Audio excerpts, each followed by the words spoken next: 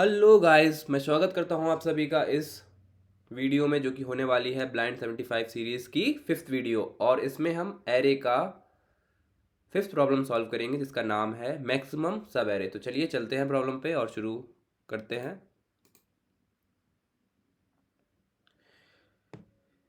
ये खुल गया प्रॉब्लम का पेज और इसका नाम है मैक्सिमम सब एरे। और समझते हैं कि ये क्या कह रहा है। ये कह रहा है given an integer array nums नाम का एक इंटीजर एरे हमें मिलेगा। Find the sub array with largest sum and return its sum. अब इसमें हमें सब एरे फाइंड करना है जिसमें जितने भी एलिमेंट्स हैं अगर हम उनका सम करें तो जितने भी सब एरेज हैं और सबका हम सम निकालेंगे और इस तरीके से जो भी मैक्सिमम सम होगा उसको हमें रिटर्न करना है। सब एरे पे होवर करते हो तो बताता भी है क्या है ये। अ सब array is a continuous non empty sequence of elements with in an array. क्या होता है ये सब एरे, क्या होता है, पहले यहाँ से शुरू करते हैं और फिर इसको ट्राई करेंगे सॉल्व करने का ब्रूट फोर्स से, फिर उस अप्रोच को ऑप्टिमाइज करेंगे। तो सबसे पहली बात, सब एरे क्या होता है। सब एरे सिंपली एक कंटिन्यूअस पार्ट होता है एरे का। और सब एरे ये भी हो सकता है एक एलिमेंट का। यहाँ से शुरू करें अगर हम अपना सब एरे की शुरुआत करें और यहीं पर हम ख़त्म कर दें तो एक साइज़ का सब एरे हमारा बन जाएगा। एक सब एरे हो जाएगा 5। और यहाँ से शुरू करके 4 पर एंड करें हम, दो एलिमेंट्स ले लें तो एक सब एरे हमारा ये भी बन जाएगा 5 4। और 4 पे ना रुकते हुए हम और आगे बढ़ जाएं, यहाँ पर रुकें तो एक सब एरे ये बन जाएगा 5 4 -1। फिर हम और आगे बढ़ जाएं तो एक सब एरे और मिल जाएगा हमें 5 4 -1 7। फिर एक स्टेप और आगे बढ़ जाएं तो हमें एक सब एरे ये मिल जाएगा 5 4 -1 7 8। तो अगर आप ध्यान दें इस लास्ट सब एरे में सारे एलिमेंट्स आ चुके हैं। तो सब एरे में होल एरे भी आ सकता है और एक एलिमेंट भी हो सकता है। ये कुछ सब एरेज हो गए, इसमें और भी सब एरेज हैं। इसमें जो अभी हमने बनाए हैं वो ऐसे सब एरेज हैं जो कि 5 से शुरू हो रहे हैं। और ऐसे ही हम 4 से शुरू होने वाले सब एरेज को यहाँ पर लिख सकते हैं। 4 से शुरू कौन कौन होगा, एक तो अकेला 4 आ जाएगा, फिर 4 और -1 एंड देन 4 -1 7, देन 4 -1 7, देन 8। ये ऐसे सब एरेज हो गए जो कि 4 से शुरू हो रहे हैं। ऐसे ही -1 से शुरू होने वाले भी होंगे, कुछ 7 से शुरू होने वाले होंगे और 8 से शुरू होने वाला एक ही होगा जिसमें कि 8 आएगा। तो ये तो होते हैं सब एरे। और हम समझ चुके हैं अब इस पॉइंट पर सब एरे क्या होता है। बस जब हमें सब एरे मिल चुके हैं तो हम इनका सम निकालेंगे। जैसे कि इसका सम आएगा, इस सब एरे का सम आ जाएगा 5, इसका आ जाएगा 9, इसका 5 + 4 9 -1 8, इसका 8 + 7 15, इसका 15 + 8 हो जाएगा 23। इसी तरह से सभी सब एरेज का सम निकाल लेंगे हम और जो भी मैक्सिमम सम मिलेगा हमें उसको रिटर्न कर देंगे। आप यहाँ पर ये सोच सकते हैं और मुझसे पूछ भी सकते हैं, अगर हम सारे एलिमेंट्स ले लें तो सब मैक्सिमम हो जाएगा, कोई प्रॉब्लम ही नहीं है। पर ऐसा नहीं होगा, क्यों? क्योंकि नेगेटिव एलिमेंट्स भी प्रेजेंट है। यहाँ पर हमें प्रॉब्लम में दिया गया है कि जो एलिमेंट्स हो सकते हैं हमारे एरे के, यहाँ पर कंस्टेंट्स में, वो -10⁴ से लेकर 10⁴ तक हो सकते हैं। तो नेगेटिव एलिमेंट्स भी प्रेजेंट हो सकते हैं, इसलिए हम सारे एलिमेंट एक साथ नहीं ले सकते हैं। और ऐसा भी नहीं कर सकते हैं कि नेगेटिव नेगेटिव को छोड़ दें बाकी ले लें। हम इस तरह भी नहीं कर सकते हैं कि यहाँ पर 5 4 ले लिया इनका सम और 7 8 का सम ले लिया और हमारा आंसर आ जाएगा। ऐसा भी नहीं होगा, क्यों? क्योंकि हमें कंटिन्यूस पार्ट ही लेना है। यहाँ पर ये पार्ट ब्रेक हो गया, दो अलग अलग पार्ट हम नहीं ले सकते हैं। तो अब हम कैसे करेंगे, हमने समझ लिया सब एरे क्या होता है, किस तरीके से ले सकते हैं। और जैसे कि इसमें प्रॉब्लम तभी आ रही है जब नेगेटिव वैल्यूज़ है। नेगेटिव वैल्यूज़ नहीं होती तो स्टेट में हम सारे एलिमेंट्स का सम कर देते, वही मैक्सिमम सब एरे सम देगा हमें। पर यहाँ पर नेगेटिव वैल्यूज़ भी प्रेजेंट है। इसी बात का ध्यान रखते हुए हमें क्या करना पड़ेगा, दूसरी अप्रोच लगानी पड़ेगी कुछ। तो हम क्या करते हैं कि एक एक करके सारे सब एरेज को बना लेते हैं, जितने भी पॉसिबल सब एरे गिवन एरे में बन सकते हैं उनको बना लेते हैं। बनाने के बाद उनका सम कर लेते हैं, और जितना जितना भी सम आ रहा है उनमें से जो भी मैक्सिमम होगा उसको नोट कर लेंगे और उसको रिटर्न कर देंगे। अब ये सारा काम हम करेंगे कैसे, चलिए समझते हैं।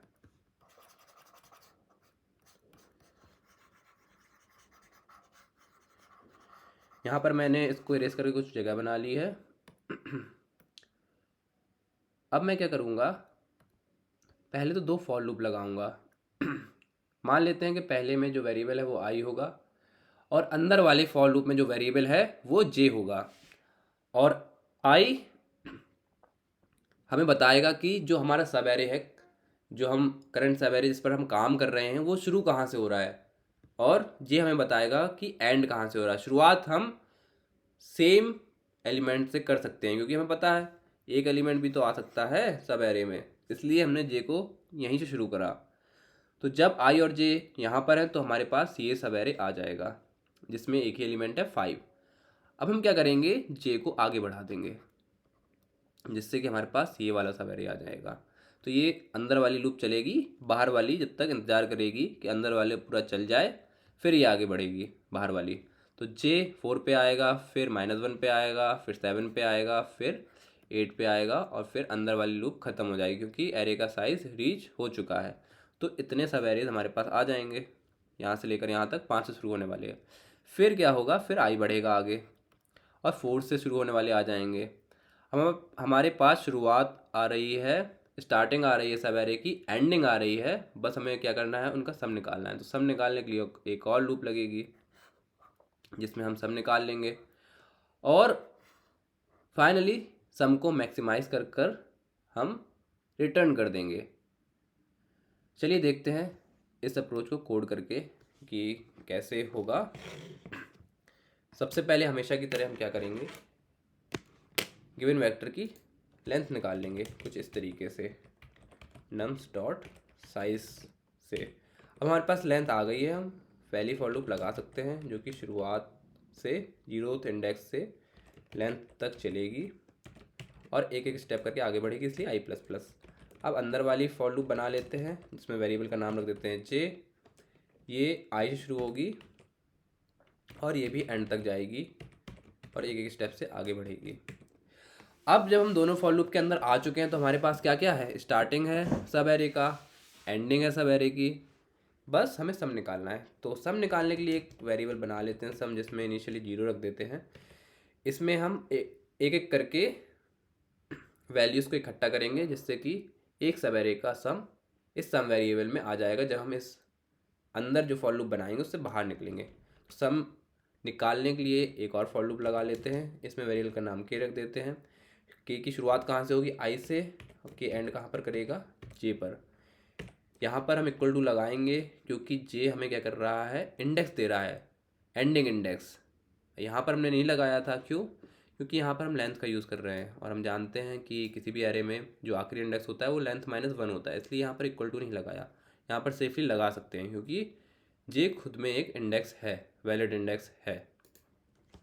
अब के को एक स्टेप से आगे बढ़ाते हैं, और सम में वैल्यूज़ को ऐड करते जाते हैं गिवन वेक्टर की या एरे की।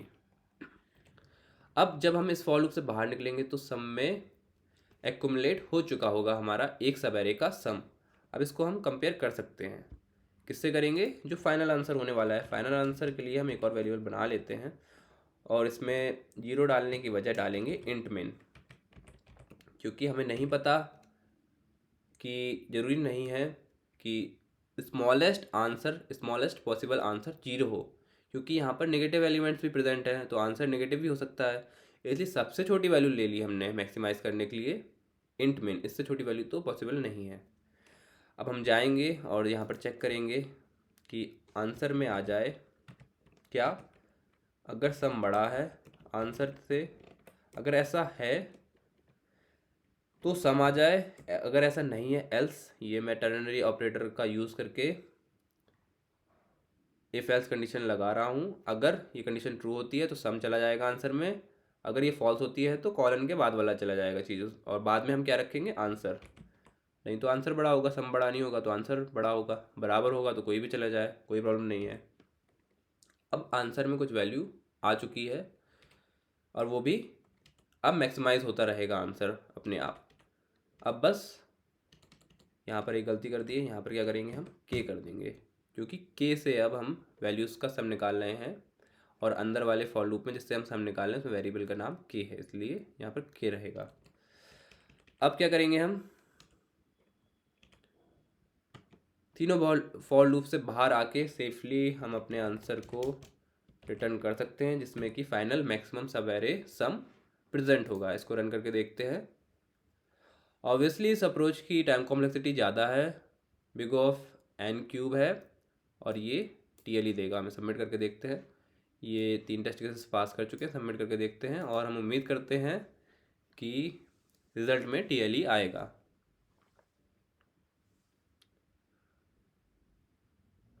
और जैसा कि हमें उम्मीद थी टीएलई आ चुका है, तो चलिए अब कोशिश करते हैं इस टीएलई को रिमूव करने की। किस तरह से करेंगे, अब हम इसको सॉल्व करते हैं दूसरी अप्रोच से। इस अप्रोच का एक नाम है कैडेंस एल्गोरिदम। तो अब कैडेंस एल्गोरिदम का यूज़ करके इसको सॉल्व करते हैं। कैडेंस एल्गोरिदम, ये एल्गोरिदम ये कहती है कि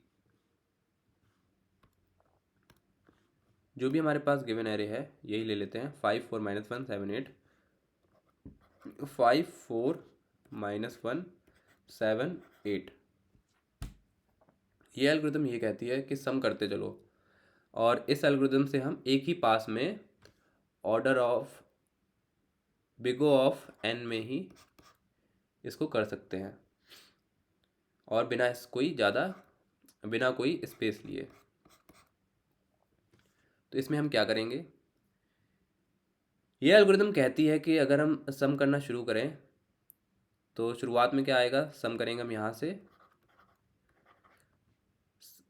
एलिमेंट्स का आपस में सम शुरू करेंगे हम सम करना, और शुरुआत में 5 आएगा, फिर 5 + 4 9 आएगा, फिर 9 - 1 8 आएगा, और फिर 8 + 7 15 आ जाएगा, एंड देन 15 + 8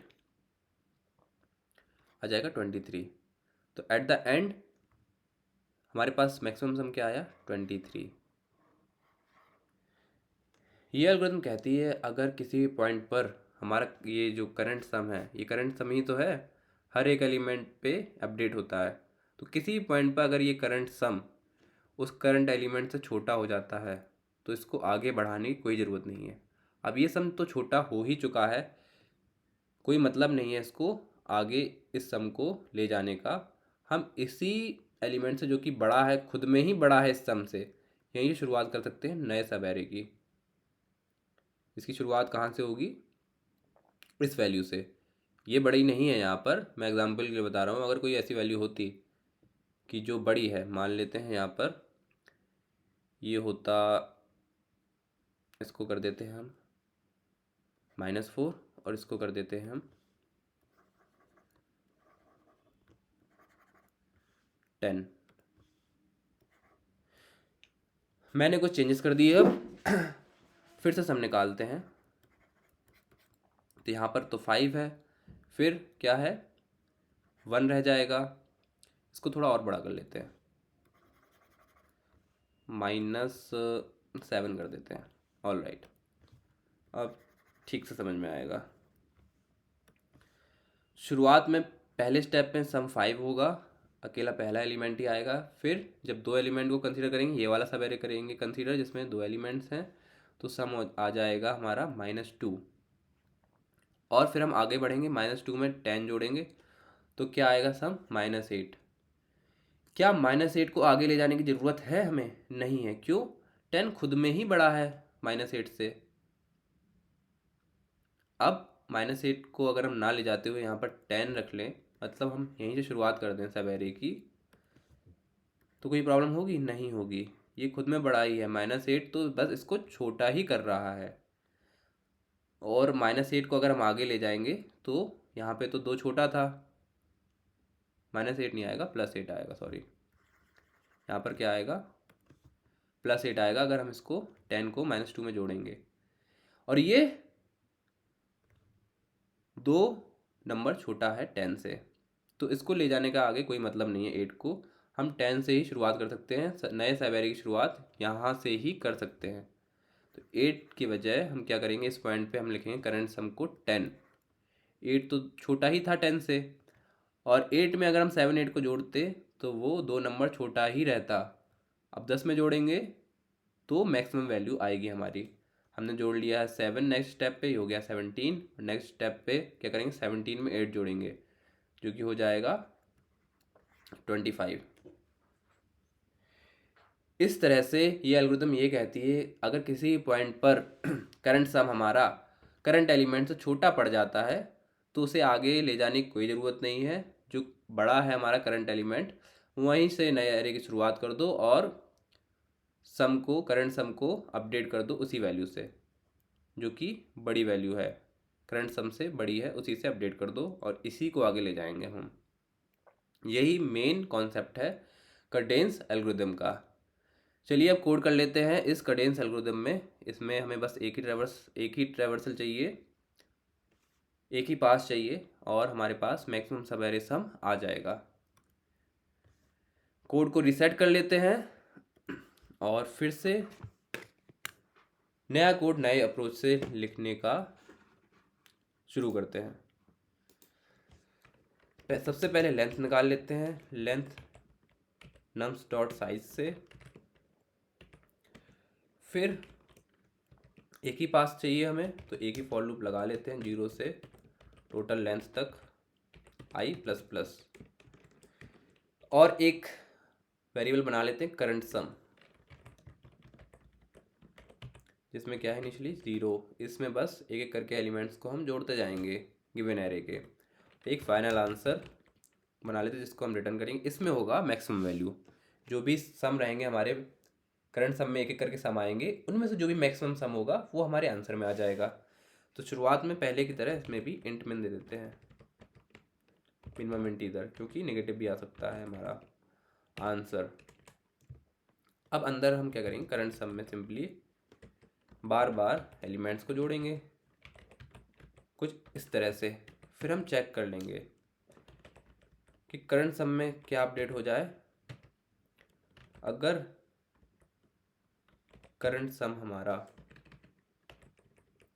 छोटा पड़ जाए करंट एलिमेंट से, तो करंट सम को आगे ले जाने की कोई ज़रूरत है अब इस पॉइंट पर नहीं है। अब हम शुरुआत कर सकते हैं करंट एलिमेंट से ही। अगर ऐसा है तो हम नमसाई को भेज देंगे, वरना करंट सम तो आगे जा ही रहा है। अगर ऐसा नहीं है तो करंट सम को ही हम आगे भेजेंगे। फिर उसके बाद बस इसको मैक्सिमाइज करते जाएंगे करंट सम को और आंसर में डाल देंगे। आंसर में आ जाए, अगर आंसर बड़ा है करंट सम से तो क्या आए, तो आंसर ही आ जाए। अगर ऐसा नहीं है तो करंट सम आ जाए, कुछ इस तरह से। बस एक ही पास लगा और कोई एक्स्ट्रा स्पेस नहीं लगा। कांस्टेंट स्पेस कॉम्प्लेक्सिटी में और big O of n time complexity में कैडेंस एल्गोरिथम से ये प्रॉब्लम हमारा हो गया है। एट लास्ट हम आंसर को रिटर्न कर देंगे। अब आंसर में मैक्सिमम सब एरे सम प्रेजेंट है। चलाकर देखते हैं इसको, और मिन मिन हो गया, यहाँ पर गलती हो गई, इंट मिन होगा।